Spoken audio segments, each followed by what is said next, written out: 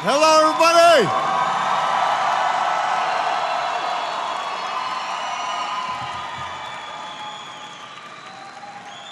I'm sorry, Bagram, I can't hear you. Air assault. It is great to be back. Let me first of all thank the 101st Airborne Division Band. Where's the band? Give them a big round of applause. Thank you. To Chief Thomas Hager and the commander and conductor. I gather we had a couple of other bands playing Manifest Destiny and Nuts. I don't know about, I don't know how they sounded. What do you think? Were they pretty good? It is great to be back.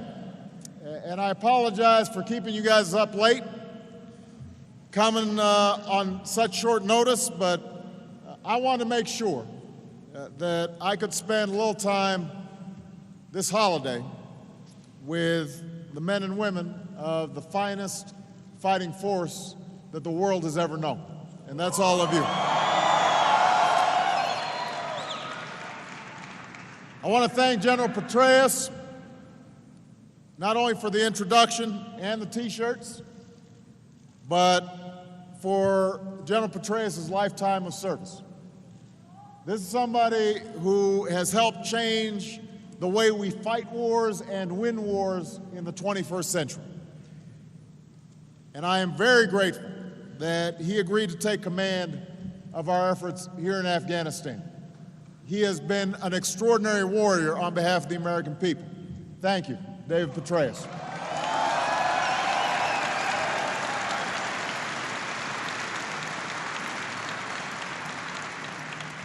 I want to thank all your outstanding leaders who welcomed me here, including General John Campbell, Admiral Bill McCraven, and from the 455th Air Expeditionary Wing, Colonel Todd Canterbury. I want to salute your great senior enlisted leaders, including Command Sergeant Major Scott Schroeder, Command Sergeant Major Chris Ferris, and Command Chief Craig Adams. I also want to acknowledge the outstanding work that our civilians are doing each and every day, starting with Carl Eikenberry, all the way through to your senior civilian representative, Thomas Gibbons, and all the civilians who are here. They are fighting alongside you. They are putting themselves at risk. They are away from their families, and we are very, very grateful to them as well. So give them a big round of applause.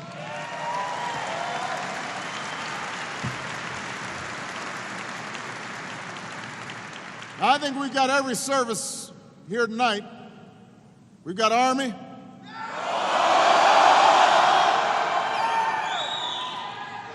We've got Navy.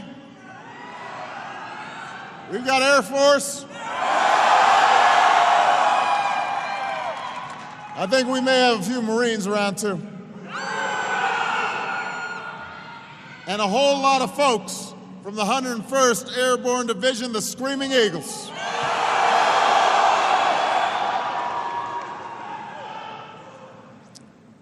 Now, here in Afghanistan, you are all Coast Guard. Is that what I heard?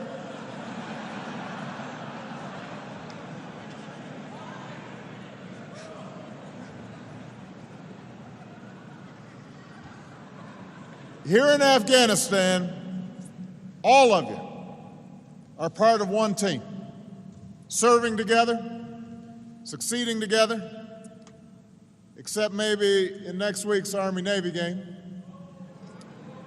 As your commander-in-chief, I've got to stay neutral on that. We also have some ISAF partners here as well.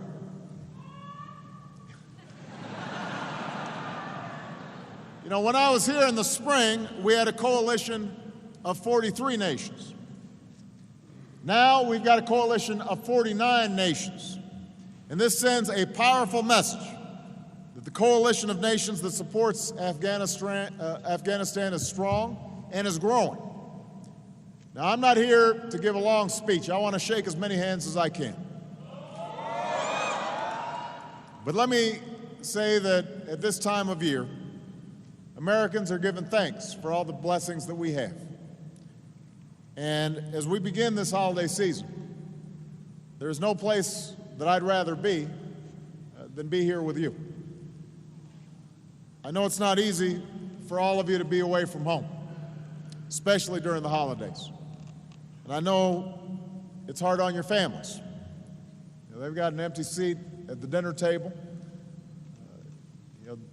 Sometimes during the holiday season, that's when you feel the absence of somebody you love most acutely. But here's what I want you to know. As President of the United States, I have no greater responsibility than keeping the American people secure.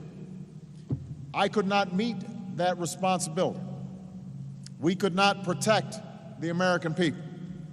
We could not enjoy the blessings of our liberty without the extraordinary service that each and every one of you perform, each and every day. So on behalf of me, on behalf of Michelle, on behalf of Malia and Sasha, on behalf of more than 300 million Americans, we are here to say thank you.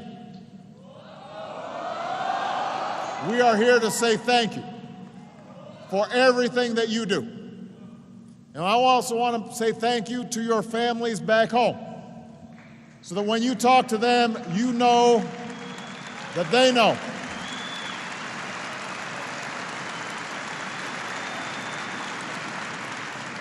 They're serving here with you, in mind and spirit, if not in body. Millions of Americans give thanks this holiday season, just as generations have before when they think about our armed services. You're part of an unbroken line of Americans who've given up your comfort, your ease, your convenience for America's security. It was on another cold December more than 200 years ago that a band of patriots helped to found our nation and defeat an empire. From that icy river to the fields of Europe, from the islands in the Pacific to the hills of Korea, from the jungles of Vietnam to the deserts of Iraq, those who went before you, they also found themselves in this season of peace serving in war. They did it for the same reason that all of you do, because the freedom and the liberty that we treasure, that's not simply a birthright. It has to be earned by the sacrifices of generations of patriots, men and women who step forward and say, send me. I know somebody's got to do it, and I'm willing to serve. Men and women who are willing to risk all, and some who gave all, to keep us safe and to keep us free. In our time, in this 21st century, when so many other institutions seem to be shirking their responsibilities, you've embraced your responsibilities. You've shown why the United States military remains the most trusted institution in America. And that's the legacy that your generation has forged during this decade of trial in Iraq and here in Afghanistan. That's the legacy that you're carrying forward.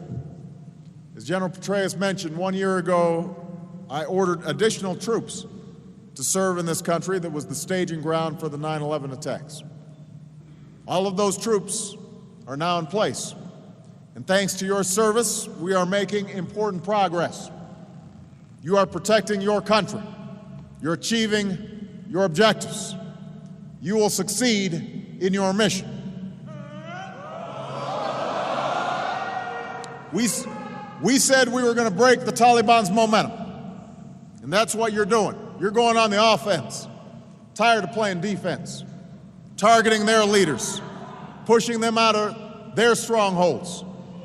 Today, we can be proud that there are fewer areas under Taliban control, and more Afghans have a chance to build a more hopeful future. We said a year ago that we're going to build the capacity of the Afghan people, and that's what you're doing, meeting our recruitment targets, training Afghan forces, partnering with those Afghans who want to build a stronger and more stable and more prosperous Afghanistan.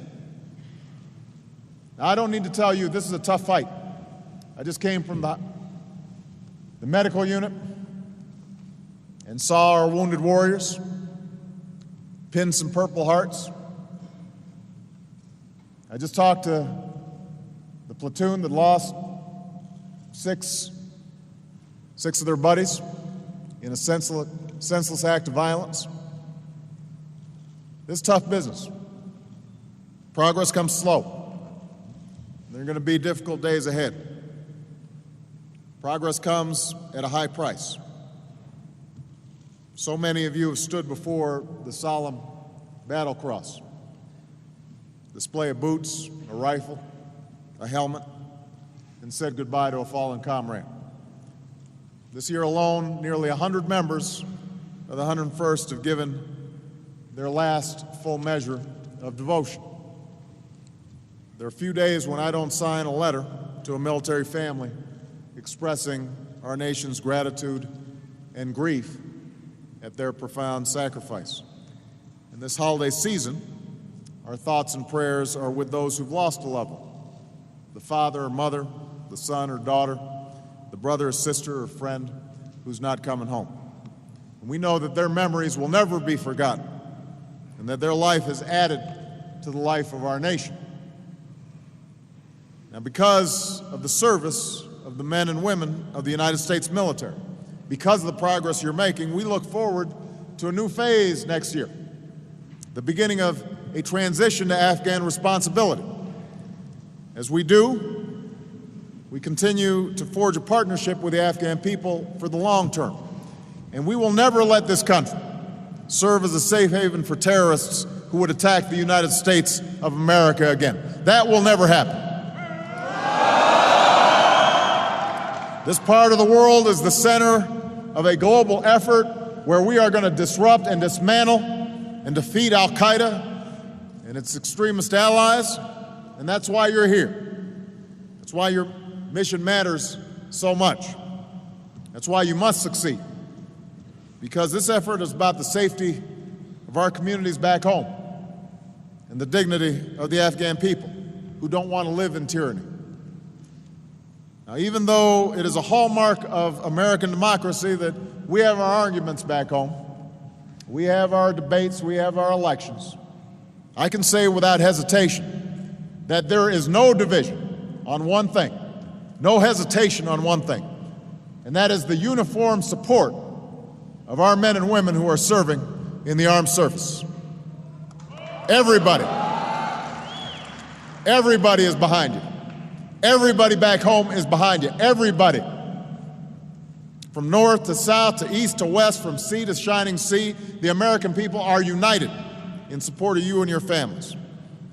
And as your commander-in-chief, I also want you to know that we will do whatever it takes to make sure that you have the strategy and the resources and the equipment and the leadership to get this done.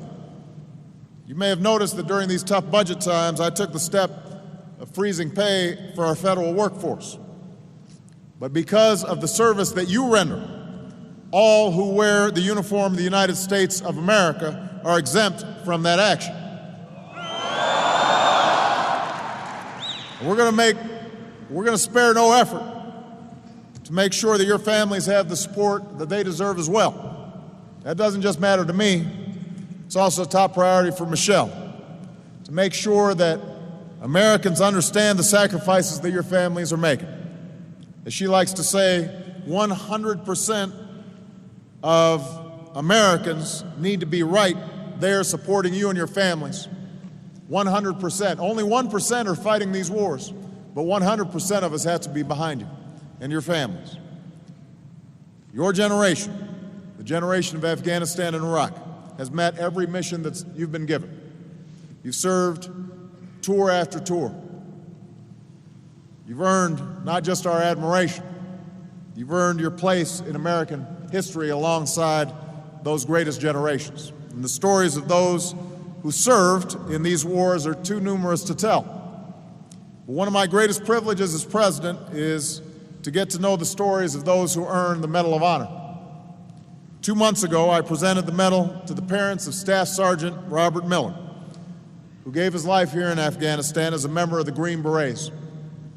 His valor, charging towards some 150 insurgents, saved the lives of nearly 24 American and Afghan comrades. Last month, we held another ceremony. For the first time in nearly 40 years, the recipient of the Medal of Honor for an ongoing conflict was actually able to accept it in person. His name is Staff Sergeant Salvatore Giunta. And some of you may have seen his story, but I want to tell it again tonight because of what it says, not just about our armed forces, but also what it says about the country that we love. So 3 years ago, Sal and his platoon were in Coringo Valley. When their patrol was ambushed, 2 Americans lay wounded up ahead. And that's when Sal and his men counterattacked. Again and again and again, they were being rained down with fire. But they just kept counterattacking because they wanted to get their 2 buddies. When he saw one of his teammates wounded and being carried away by insurgents, Sal rushed in to help his friends. Despite the bullets, despite the danger, he kept on pressing forward. It was an incredibly intense firefight. And by the time it was finished, every single member of that platoon had shrapnel or a bullet hole in their gear. 5 were wounded, and 2 had given their lives. Now, Sal is a pretty humble guy. And so when he came to the White House, he said, you know, I didn't do anything special. He said he was just doing his job, that he didn't do anything that his brothers wouldn't have done for him. If I'm a hero, he said, then every man who stands around me, every woman in the military, every person who defends this country is also a hero. And he's right. Each of you has your own story.